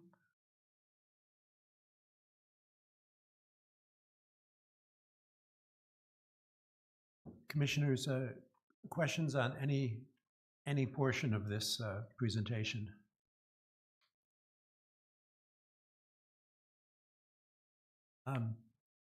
David, I have a question about plan unit developments, housing goals, and qualifications. When I was first reviewing this on page 2, under housing diversity, I wondered if we might not add an option for a percentage of the development to be affordable housing in a similar vein as we do with TIF, tax incentive financing sort of projects, and like the project next door. As we're listing diversity in housing types and senior-oriented housing, maybe adding also a goal of some percentage of the property being affordable housing. Now, and I also ask, do you feel this is addressed? I personally don't feel it's addressed in point 2 on page 3. That just suggests, you know, there might be something like tiny houses or tiny apartments that would be less expensive, but do you understand what I'm questioning or asking? Yeah, I do. I feel like it's a little bit of a hybrid between 1 and 2, and maybe it just needs to be called out specifically.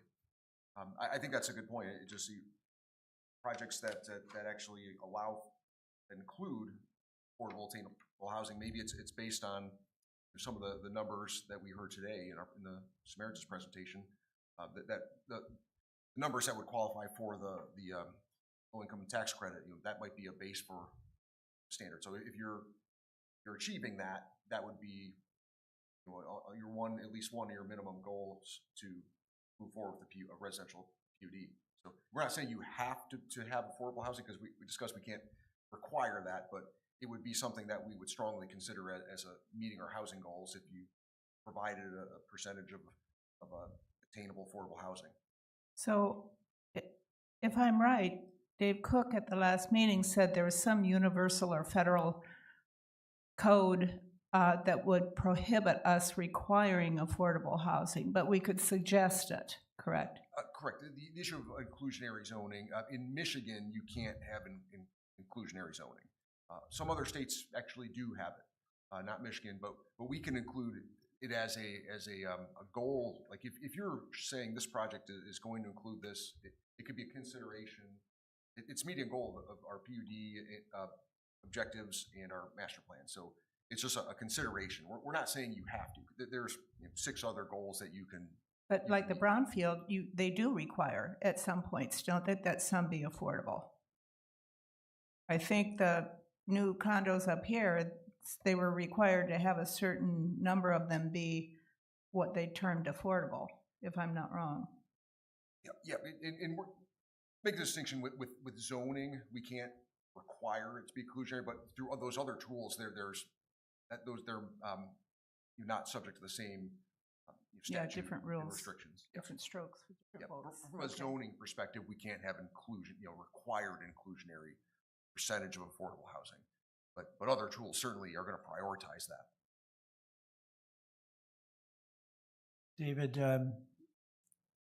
the February meeting, you're going to give us a lot of reading material, but because we're not meeting in January, do you think you could work with us to try to get it to us a couple weeks ahead, because it is such an important piece of what we've been working on for months, and I would like to see us all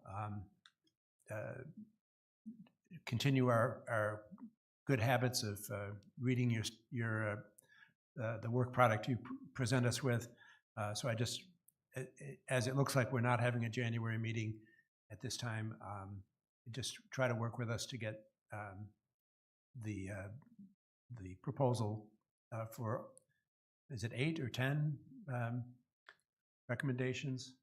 Yeah, I think we are addressing all 10 in one way or the other. So, and they're going to be spread throughout the entire ordinance. It's not just going to be 10 sections. There's going to be a lot of different sections of the ordinance that are going to be touched by this set of changes. So, but and based on that, I may have to just issue the entire zoning ordinance, most chapters. It might be cleaner that way, just so you can see how it all works together, rather than saying, hey, these are the 4 or 5 chapters that are being touched by this. But we'll see how it ends up. I mean, it may be most chapters that will have some level of change, at least one change to it. So in that case, I'll probably just send you a marked up version of the entire zoning ordinance. And with your point is well taken. You need a little bit of time to work through that, because it's going to be a number of pages. Craig, do you have any observations on this? Well, that's work as long as we have it a couple weeks in advance. Yeah, we can do that. I think the whole notebook at one time would be great. Incorporate some of this.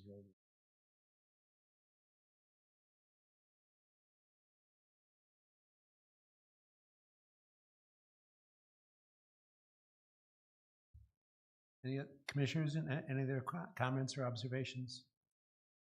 No, sir. Okay, David, have we given you enough feedback to go with? Yep. You've given me a great feedback for the last couple months, so I'm excited to continue to. We don't have a January meeting. You guys. I'm relieved that we don't have a January meeting. Got a little bit of work to do, but yes, you all have given such meaningful input, and it's going to be very helpful as I go through this to even think back. And sometimes even when I'm doing this, I'll look back at the meeting recordings just as I'm writing something, and so I can look back and hear your voices next month, even though I won't see you.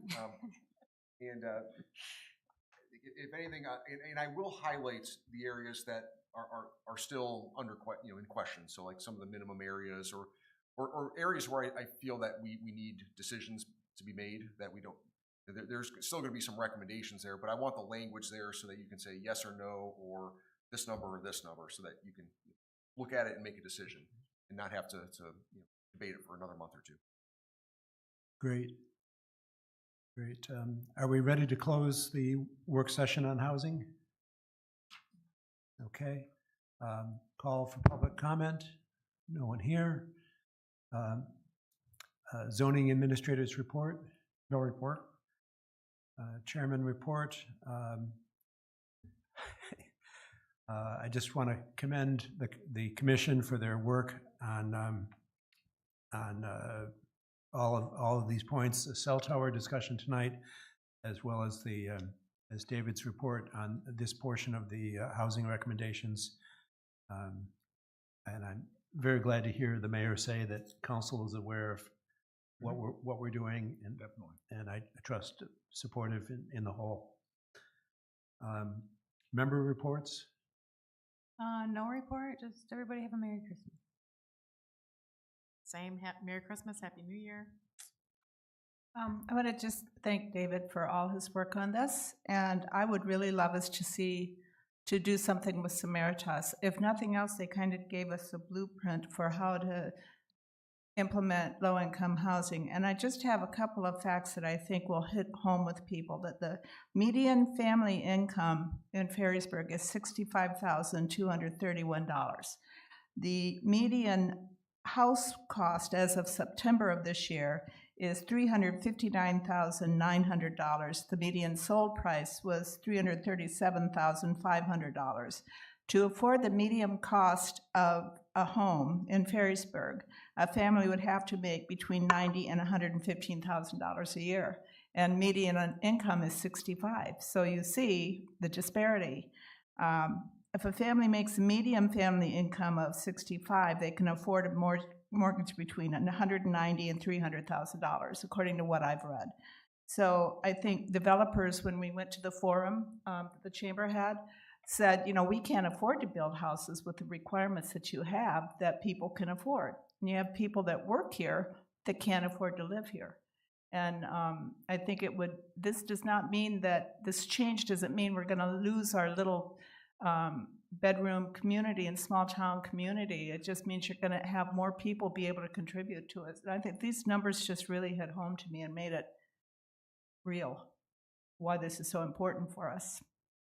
So, and Merry Christmas. Connor, No report. Mr. Mayor. Holiday party next Friday night for the city. And on behalf of the city, I certainly would commend the commission with your good due diligence with being here in great attendance. A lot of effort. And some of this stuff, I don't care what David says, is dry. But we try to make it somewhat pleasurable. So. But I really appreciate it. No report. Thank you. So we will not be meeting, despite my best efforts, on January 1st. Scrooge. So our next meeting is February 4th? February 5th. February 5th. Thank you. Motion to adjourn? So moved. All right. Thank you, everyone. Thank you.